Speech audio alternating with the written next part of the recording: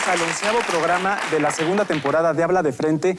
Esta es la gran final, un tema también de altura, equidad de género. Vamos a conocer un poco más de este tema. El Tribunal Electoral del Poder Judicial de la Federación aprobó una sentencia que establece que los partidos deben integrar las fórmulas de candidatos a diputados y senadores con personas del mismo género. Esto evita el fenómeno de las Juanitas, en el que se obligaba a renunciar a diputadas mujeres para que sus suplentes varones tomaran el cargo. Dada una discriminación histórica, ¿necesitan las mujeres de cuotas para poder alcanzar posiciones de liderazgo? Ahora vamos a presentar al equipo que le tocó la postura a favor. Nos acompañan de la Universidad Iberoamericana. Ellos son Sergio, Fernando y Gabriela. Conozcamos un poquito más de ellos. Estudio Derecho en la Universidad Iberoamericana. Siempre he considerado que hay que cambiar la realidad que estamos viviendo. El derecho nos coloca en una posición de contribuir a la justicia. Ese es mi objetivo. Tengo 23 años y estudio en la Universidad Iberoamericana la carrera de Derecho. El personaje que me inspiró para estudiar Derecho fue Norberto Bobbio. Fue un ejemplo de defensa al orden constitucional y una lucha contra la corrupción. Tengo 22 años, estudio Derecho en la Universidad Iberoamericana. Soy apasionada de los derechos humanos, rama que se vincula directamente con la literatura y la filosofía, de las cuales también soy apasionada. Ahora vamos a conocer al equipo que le tocó la postura en contra. Nos acompañan de la Universidad Nacional Autónoma de México. Ellos son José Luis, Ricardo y Alejandra. Conozcamos un poquito más de ellos también.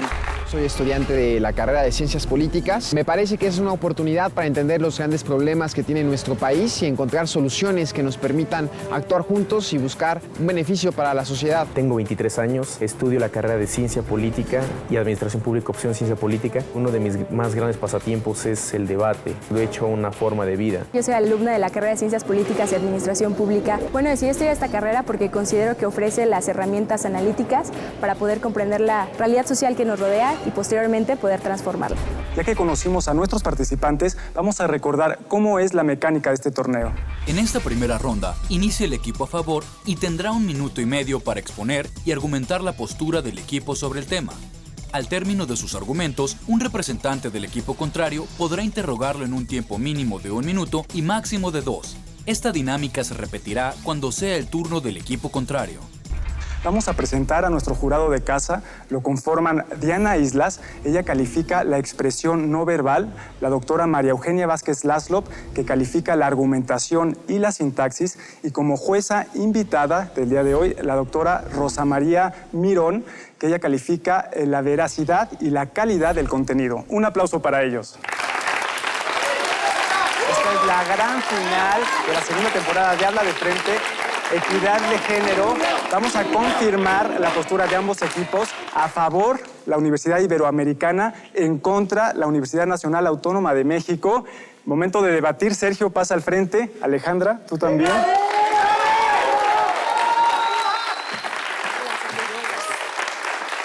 Te recuerdo, tienes 1 minuto y medio para plantear tu argumentación.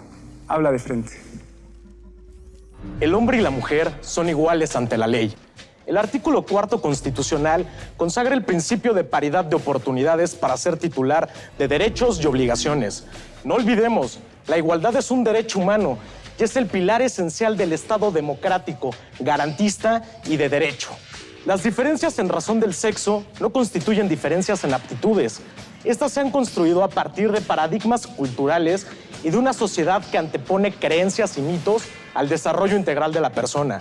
Por ello, hablar de género no es hablar de sexo femenino, pero sí hay que reconocer que son las mujeres quienes han sufrido mayores vejaciones en sus derechos y son víctimas de exclusión y de discriminación en una sociedad que se ha formado a partir de una cosmovisión patriarcal. El derecho reconoce esta realidad y por lo tanto provee herramientas de carácter temporal para cambiar la cultura de género que hoy se tiene en el país. Las acciones afirmativas nos permitirán en los hechos equiparar al hombre y a la mujer, es decir, cambiar la cultura que se tiene en México sobre el género, de forma temporal hasta que se alcance la igualdad. En todo Estado democrático se deben de reconocer los derechos de las minorías. Por eso, las acciones afirmativas, como son la cuota de género que se ha implementado, permiten que las mujeres accedan a la vida política del país. Pretender apartarnos de esta realidad va a ser abrir la brecha entre nuestra situación actual y la sociedad que queremos. Sergio sabemos que es una roca. Sergio tiene unas técnicas de comunicación oral infalibles. Él llega, se sube con mucha seguridad, movimientos muy contundentes, muy pensados, hasta cierto punto repetitivos, pero nos deja ver que es una persona que no se mueve del lugar en el que está y por lo tanto es convincente. Tienes 2 minutos para plantear tu cuestionamiento, del cual tú vas a responder. Bueno, habla de frente. Primero, reconocer que las mujeres no somos ninguna minoría, sino que somos una mayoría. Segundo, un dato. En las elecciones de 2009, 1.397 candidatas, solamente 155 obtuvieron el cargo. ¿Eso termina entonces, no cree usted, con el argumento que presenta de las cuotas de género como una vía para equiparar hombres y mujeres? En primer lugar te diría, me refería a minoría como grupo vulnerable, puesto que llevan muy pocos años participando en la vida democrática. No pretendamos que todo se ha hecho desde 1910, las mujeres tengan iguales derechos en 1950, a partir de 1957 que pudieron votar. En segundo lugar, me preguntas de efectivamente los cargos que se ocupan. El derecho, obviamente, no puede imponer a una legisladora mujer, porque somos un Estado democrático. Lo que puede hacer es sentar las bases, decir cuotas de género para que los partidos políticos postulen en ambos géneros, 40-60 como se encuentra en la legislación actual. Y les recuerdo un dato duro, el 26% en México de las legisladoras son mujeres. Ocupamos el lugar número 28 a nivel mundial, tomando en cuenta que apenas a partir de 1993 se establecieron estas cuotas de género. Entonces, ¿no reconoce usted que se debe de cambiar el paradigma mental en el electorado y que eso habla de conciencias estructurales que hacen desiguales a las mujeres de los hombres? Por supuesto, como lo dije desde el principio, las acciones afirmativas no únicamente es imponer cuotas de género, ¿Y considera que es generar un cambio cultural sobre el género en el país. Por supuesto que existen todavía retos que aumentar, pero en la educación, en el sistema electoral se están dando los pasos necesarios para lograr equiparar a la mujer con el hombre, que tengan iguales derechos, porque todos somos iguales ante la ley. ¿Usted cree con convicción entonces que se han llevado las medidas pertinentes para equiparar la situación? ¿Lo está afirmando? Las cuotas de género en el sistema electoral. ¿Considera que las cuotas de género lo hacen? Por supuesto. Entonces es todo. Gracias. Alejandra entró con su refutación con un buen control, una buena estrategia de interrogatorio, diríamos, tratando de encasillar a Sergio. Parece que lo logró, pero le sobró tiempo. Y entonces, en lugar de arriesgarse a formular una nueva pregunta, no quiso hacerlo. Ella dijo, entonces ya es suficiente. Así como diciendo, aquí queda clara la contradicción en la que caíste, pero la verdad es que no fue suficiente, quizás. Ahora es tu turno, José Luis, pasa al frente. Gabriela. Te recuerdo, tienes 1 minuto y medio para plantear tu argumentación. Habla de frente. De manera histórica observamos que el discurso de la equidad de género se ha perdido totalmente en nuestro país. A raíz de la discriminación positiva hacia las mujeres, se ha discriminado a grupos minoritarios como lo son indígenas, adultos mayores, jóvenes, porque si lleváramos este argumento al absurdo, comprenderíamos que si todo grupo que ha tenido rezagos e impedimentos para acceder a los puestos de representación popular mereciera una cuota, entonces, señoras y señores, todo grupo opositor al gobierno reclamaría también su puesto político de representación en el Congreso. En segundo lugar, vemos que el discurso de la equidad de género lacera la idea de la representatividad. No nos olvidemos que legisladores y legisladoras están representando a un distrito electoral y en el último de los casos a los intereses generales de la nación. Es falaz, y lo afirmo en este foro, pensar, como decía Beatriz Paredes, que un cuerpo de mujer representa un pensamiento de mujer. Creer que teniendo a más mujeres en los congresos vamos a tener más y mejores políticas públicas con perspectiva de género es una falacia atroz. Y en tercer lugar, hay que entender que los principios de nuestra democracia, como afirma Laswell, se someten a un sistema meritocrático, donde son las personas por sus capacidades, por sus posicionamientos políticos, los que tienen que aspirar a un cargo y no por su término de género, de condición, de color de piel o de posicionamiento ideológico. Al final de cuentas, a esto se reduce, señoras y señores. Yo estoy seguro que usted, compañera, está en este programa por sus capacidades y no por una cuota de género. Tiempo. Tienes 1 minuto. José Luis, a mi gusto, en cuestión de comunicación verbal y corporal, es el mejor orador. Porque es una persona que siempre se mantiene ecuánime, es una persona que tiene buen volumen, buena dicción, buena postura, pero que además enfatiza con su cuerpo y enfatiza con sus cejas, enfatiza con sus ojos, con todo lo que tiene. Te recuerdo que tienes 1 minuto para plantear tu cuestionamiento. Habla de frente. La igualdad entre el hombre y la mujer hoy en día en la sociedad es una utopía. Por eso son necesarias las acciones afirmativas. Tú dices que la discriminación a la mujer también afecta a los demás géneros y también afecta a los indígenas. No caigamos en las falacias que usted mismo está redundando. Me permite responderle, lo que yo llevaba era una argumentación al absurdo. Es decir, plantear teóricamente qué pasaría si vamos al extremo su argumentación. Ustedes plantean que las mujeres merecen una cuota de género porque se han visto imposibilitadas a llegar al poder. Luego entonces todo grupo que también se ha visto imposibilitado merecería una cuota. Históricamente así es. A partir del 53, no el 57, hoy en día la desigualdad entre hombres y mujeres en la sociedad es lacerante. Por eso debemos tomar medidas en materia electoral para que el hombre y la mujer puedan competir en la participación ciudadana. Paliativos si no vemos el problema estructural. Al final de cuentas, nada más termino, compañero, porque es un cuestionamiento, compañero. En una jurisprudencia, en la 13-2003, establece que no hay ningún tipo de discriminación en las cuotas de género. Gaby, por su parte, para cuestionar es excelente. ¿Por qué? Porque tiene mucha seguridad y mucha contundencia. Lo vemos en su mirada. Su mirada siempre es muy fuerte, siempre mantiene contacto visual. Vemos un intercambio de brazos en el que nos dicen, bueno, yo estoy bien, tú estás mal y demás. Y la realidad es que fue un debate acalorado y no me parece que ninguno de los dos haya retrocedido. Para mi gusto, este fue un debate muy, muy parejo. Vamos a ver qué opina la doctora Rosa María Mirón con respecto al contenido que se ha manejado por parte de ambos equipos.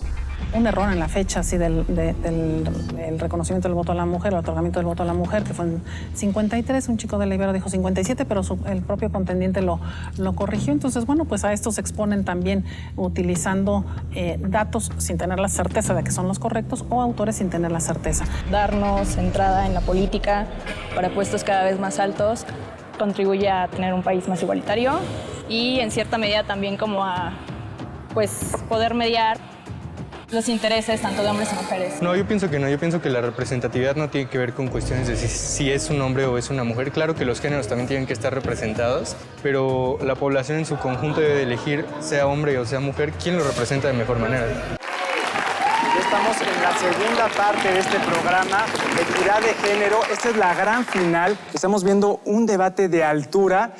En esta segunda ronda, el participante del equipo a favor tiene 1 minuto y medio para hacer su exposición. Mientras tanto, los miembros del equipo contrario pueden tomar notas y planear sus preguntas. Cuando el participante haya terminado de exponer, un representante del equipo contrario tendrá 2 minutos para cuestionar a su oponente y este deberá responder. Esta dinámica se repetirá cuando sea el turno del equipo contrario. Es momento de que pase Fernando de la Ibero. Por favor, José Luis. Te recuerdo que tienes 1 minuto y medio para plantear tus argumentos. Habla de frente. En México se ha emprendido una lucha para contrarrestar los efectos de la desigualdad que existe en contra de las mujeres, lo cual se ha plasmado en nuestro ordenamiento superior, tanto como en las disposiciones internacionales de las que nuestro Estado forma parte, tales como las que reconocen la igualdad no solamente de género, sino el derecho al acceso a las funciones públicas y a la toma de decisiones. Esto lo encontramos implícito en el artículo 2 de la Declaración Universal de los Derechos Humanos y en el 4 de la Convención Belém do Pará. Sería utópico que afirmáramos que estas disposiciones han cambiado de manera definitiva las condiciones de las que hoy nos aquejamos. Pero sí debemos de reconocer, y es muy importante hacerlo, que hoy en día las acciones afirmativas son el elemento esencial para poder realizar este cambio que queremos. Las cuotas de género hoy en día han permitido que las mujeres se integren en el poder legislativo, el cual supera en México el promedio mundial. Tenemos una integración femenina que supera el promedio mundial. Ahora bien, negar este derecho sería tanto como no reconocerle a las mujeres ninguno.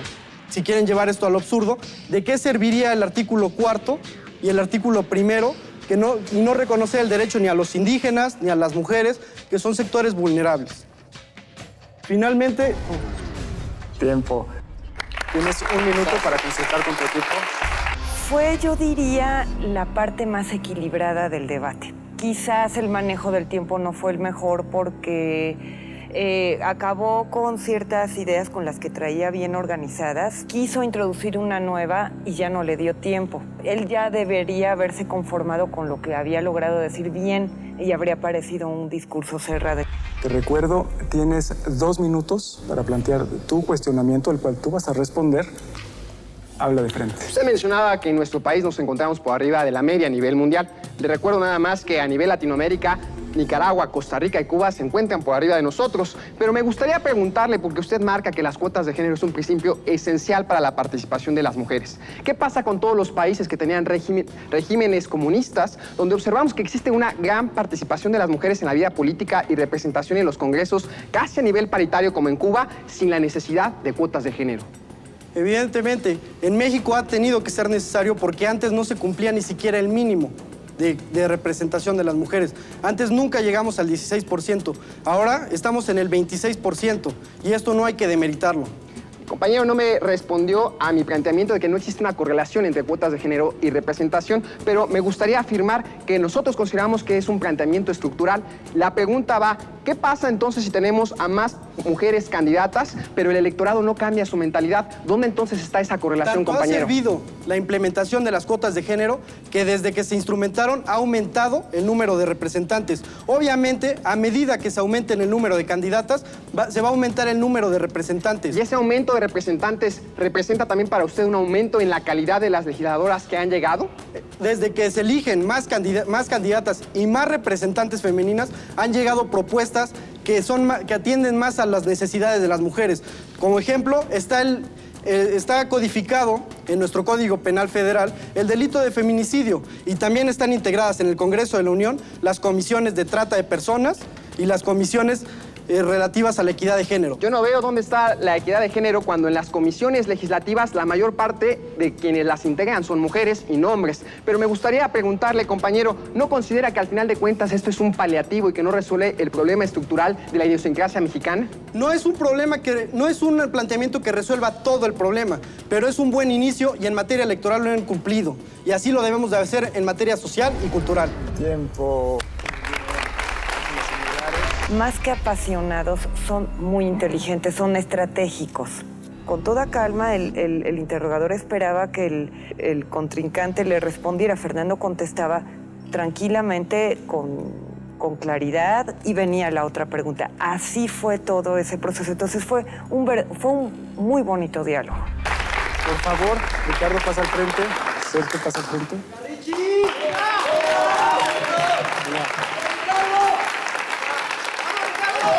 Te recuerdo, tienes 1 minuto y medio para plantear tus argumentos. Cuando te indique, das inicio. Habla de frente. Enfocándonos a lo electoral, que ha sido lo que se ha solicitado que nos aboquemos, está perfecto. Según el estudio que ya citó Alejandra, se encontró una relación muy interesante. ¿Por qué? Porque las mujeres que eran candidatos en distritos de mayoría relativa, pues bueno, eran mandados a distritos donde los partidos sabían de antemano que iban a perder o que tenían muy pocas posibilidades, lo cual solamente demuestra que las cuotas enmascaran el machismo lacerante de nuestro sistema político. De igual forma, en cuanto a los partidos, estamos olvidando que las cuotas de género rompen con el principio de la democracia y la autonomía de los partidos. ¿Por qué? Porque hay partidos en México que consideran y tienen procesos en sus estatutos para elección democrática de sus candidatos a algún cargo de elección popular. Las cuotas obligan a revertir la decisión de los propios militantes. De igual forma, según un estudio del Observatorio en Cuestiones de Género de la CEPAL, se encontró que que los países en Latinoamérica que han avanzado más en la proporción de mujeres en los gabinetes y en los congresos son aquellos donde se avanzó más en disminuir las disparidades en cuestiones de diferencia de salario hombre-mujer. Por último, me permito recordar un símil que me parece muy interesante. Un estudio realizado sobre las universidades y el ámbito científico en Europa encontró, con estudios bastante aterradores, la verdad, que las cuotas de género no servían implementándose en los cargos directivos y en los cargos de rectores. ¿Por qué? Porque lo que se requería para verdaderamente transformar toda la estructura eran políticas de transparencia y de igualdad en todos los niveles. De esta forma se combatía con la discriminación que imperaba desde el ingreso a las licenciaturas y a los posgrados. ¿Para qué? Para que las mujeres pudieran llegar por competencia y por capacidad hasta los últimos niveles. Las cuotas de género en cargos directivos no transforman, solamente enmascaran, compañeros. En cuestión de técnicas de oratoria, Ricardo, lo único que me hace un poco de ruido es la velocidad con la que habla. Es un distractor importante. ¿Por qué? Porque no nos deja digerir lo que él está diciendo. Te recuerdo que tienes 2 minutos para plantear tu interrogatorio. Cuando te indique, das inicio. habla de frente. Primero me gustaría remarcar, es muy fácil atacar una postura, sin embargo hay que proponer para atacar. Ustedes comentan que las cuotas de género únicamente lo que generan es no generar una verdadera representación y vulneran la autonomía de los partidos políticos. ¿Usted recuerda las excepciones del artículo 219 de la Ley Sustantiva Electoral? Debo confesar que no soy politólogo, no abogado. Bueno, es que es un tema un tanto jurídico y ahí se prevé la equidad de género. ¿Me lo explica, por favor, Le comento, para ir dando tiempo? Cuando un candidato es electo mediante un procedimiento democrático, no es necesario que se cumpla esa cuota de género. Pero en las elecciones por lo tanto, pasadas no vulnera. no, compañero. Perdóneme, compañero. No. Por lo tanto, no vulnera. Ahora, ¿usted reconoce que en México hay una idiosincrasia que nos permite avanzar? ¿Sí o no? No entiendo. ¿A qué te refieres? Una idiosincrasia donde todavía no podemos llegar a la equidad entre hombre y mujer. ¿Sí o no? Yo diría que esta idiosincrasia se revela en muchas cuestiones y las cuotas de género no están transformando esto. Por eso. Lo que se requiere es nuestra propuesta. Entonces, para que no nos confundas, nuestra propuesta fue que se tienen que implementar políticas transversales en todos los niveles. Entonces, sí reconoce que existe cierto machismo todavía en la sociedad mexicana. Sin duda alguna que existe. Una encuesta de la Carta Paramétrica encuentra que 1 de cada 4 mexicanos considera que las mujeres es justo que no ganen tanto como el hombre. Son necesarias medidas que pretendan a potencializar el derecho de igualdad. En todos los niveles, compañeros. Sí, las cuotas de género en una instancia todos los niveles. El tema es equidad de género. Y por eso desde que nosotros empezamos a hablar, dijimos, las acciones afirmativas son necesarias para generar un cambio sobre la cultura del género en el país. Si me permite, reconoce que hay un problema. Usted reconoce que hay un problema, desconoce la legislación y dice que las cuotas de género no sirven para equiparar a la mujer. Entonces yo le propongo, es que no sirven en todos los niveles. No ataque, proponga. No estamos atacando, estamos proponiendo, retomando los ejemplos que han funcionado en otros países, es que damos cuenta de ello. Entonces, además, cuando hay errores, legislativa, le pregunto, cuando hay errores o no ha funcionado de forma lo más deseable, hay que quitarlo, no mejorarlo. Claro que no, hay que buscar otras políticas, hay que buscar otras alternativas, compañero. Es lo que estamos proponiendo. El derecho nada más atiende a la realidad histórica. Como usted lo reconoció, en México hay una idiosincrasia machista. Por eso en México son necesarias las cuotas de género. Me hubieras dejado responder mis preguntas. No estamos en Latinoamérica, compañero. Tiempo. Sí hubo un ataque muy frontal.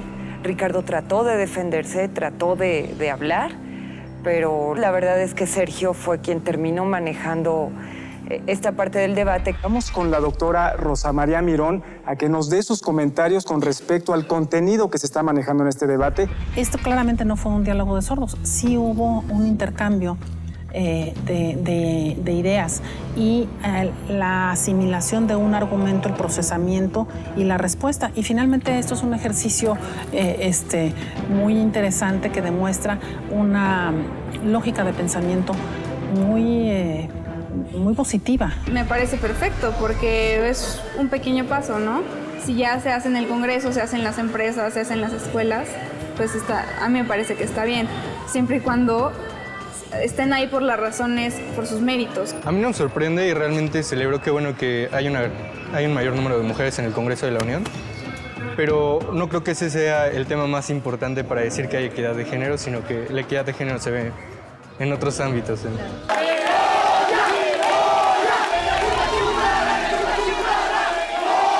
Estamos en la etapa de las conclusiones de este debate.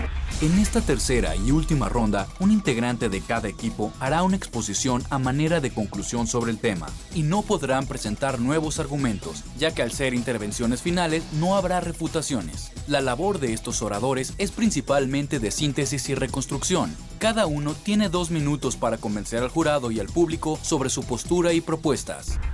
Es la segunda temporada de Habla de Frente, es la gran final y está buenísimo, se ha ido verdaderamente volando. Y es el momento de concluir. Gabriela, pasa al frente. Alejandra, tú también.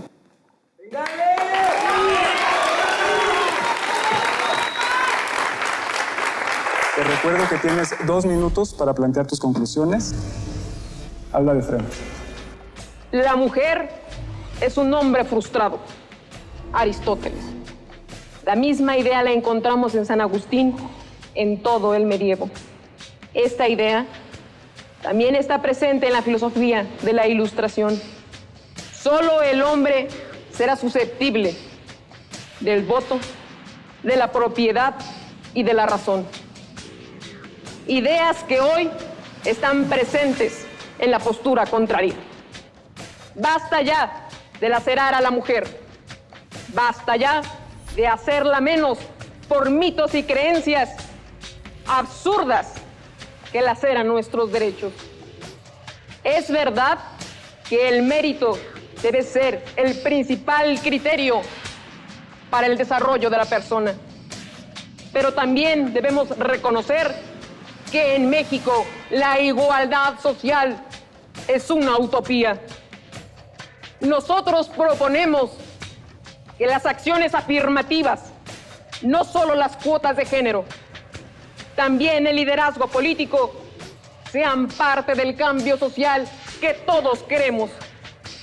Se debe garantizar a través de reformas estructurales, no solo en materia electoral, también en laboral, en la educación y desde las familias. No podemos seguir con esa idea de que la mujer es un animal con cabello largo, ideas cortas. Basta ya de esa discriminación. Todos somos parte de México. Todos debemos participar activamente en la democracia. Hoy somos ejemplo de un Estado de Derecho garantista y democrático. No nos quedemos con las ideas del pasado, del liberalismo tonto. La conclusión sigue quedando muy corta, Gabriela, porque se va por otro lado, se va por el asunto de la arenga política. Eso lo mantuvo a lo largo de todo el torneo y no concluye, es decir, empieza con frases casi incendiarias, ¿no? Como empezar con Aristóteles. Eso no es un resumen de lo que se debatió. Recuerdo, Alejandra, tienes 2 minutos para plantear tus conclusiones. Habla de frente. Nosotros no necesitamos tergiversar la información que han presentado los compañeros con la postura contraria a la nuestra. Es imposible estar en contra de la equidad de género porque, sin lugar a dudas, este es un principio, un derecho fundamental. Sin embargo, sí estamos en contra de la idea de equidad que se tiene en este país y de la que han hecho gala los compañeros, que utiliza solamente acciones paliativas para replantear el papel de la mujer en nuestra sociedad, que son mecanismos cortoplacistas que no sirven para atacar el problema de fondo. Señala Gerda Lerner que definitivamente la falacia androcéntrica elaborada en todas las construcciones mentales de la vida patriarcal no puede ser rectificada solamente añadiendo a la mujer. En ese sentido, el mundo se ha esforzado por integrar cuotas de género para cualquier cosa. Sin embargo, no resuelve el problema de fondo, que es el machismo, que es la discriminación. El primer paso para poder entonces desarrollar un modelo equitativo es repensar a la mujer como un elemento de transformación social y no solamente como una minoría, como ustedes la mencionaban, que ha sido vulnerada. Planteamos 3 líneas argumentativas que desarticulan la argumentación de los compañeros. Primero, en el tema de la representación y la falacia que representa el que las mujeres ya estén incorporadas al sistema político mexicano, porque las cifras lo señalan y mencionábamos el ejemplo de las elecciones en 2009, hace apenas casi 4 años, en donde las mujeres, solamente 1 de cada 9 aspirantes al cargo, logran el objetivo.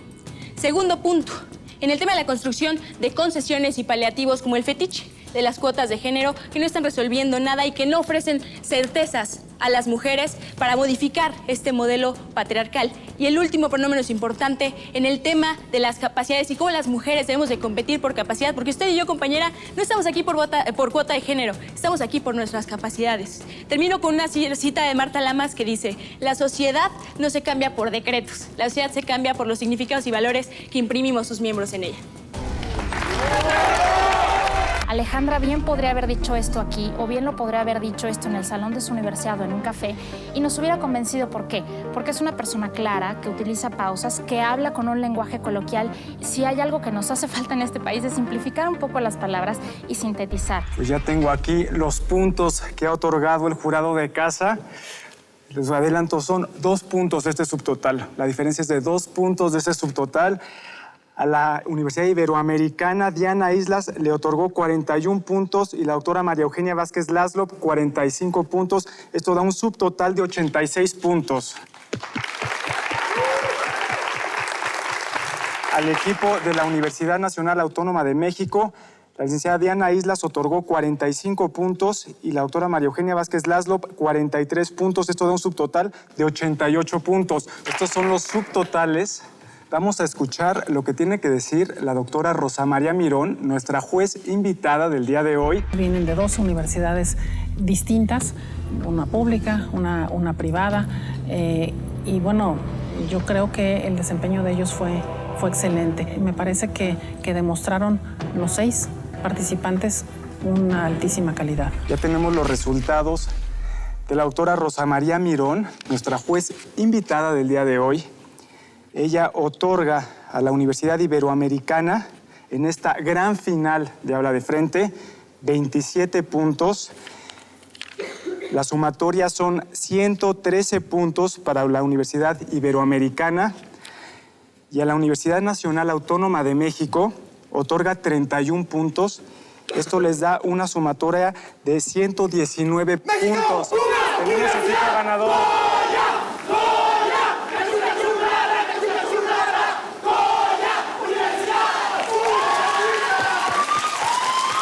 Muchas felicidades. Dimos un gran debate. Hay que reconocer que la UNAM tenían un equipo excelente, igual que nosotros.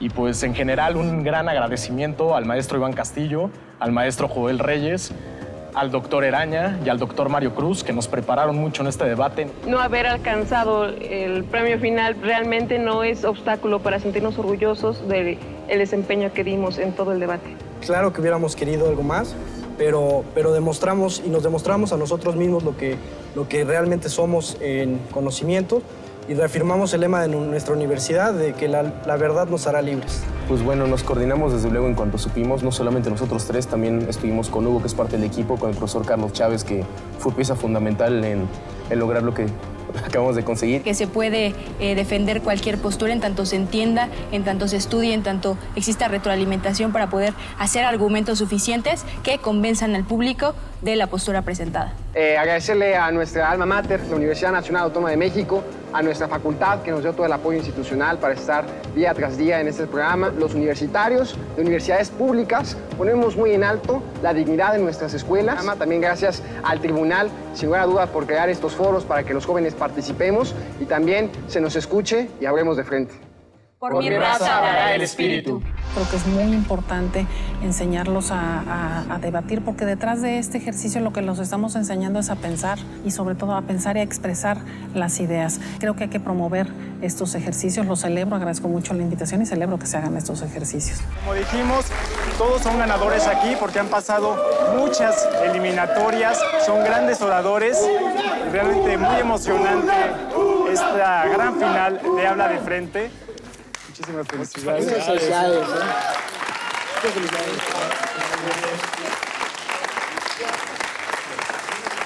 Ha estado realmente muy emocionante todo el torneo. Ha ido subiendo de intensidad.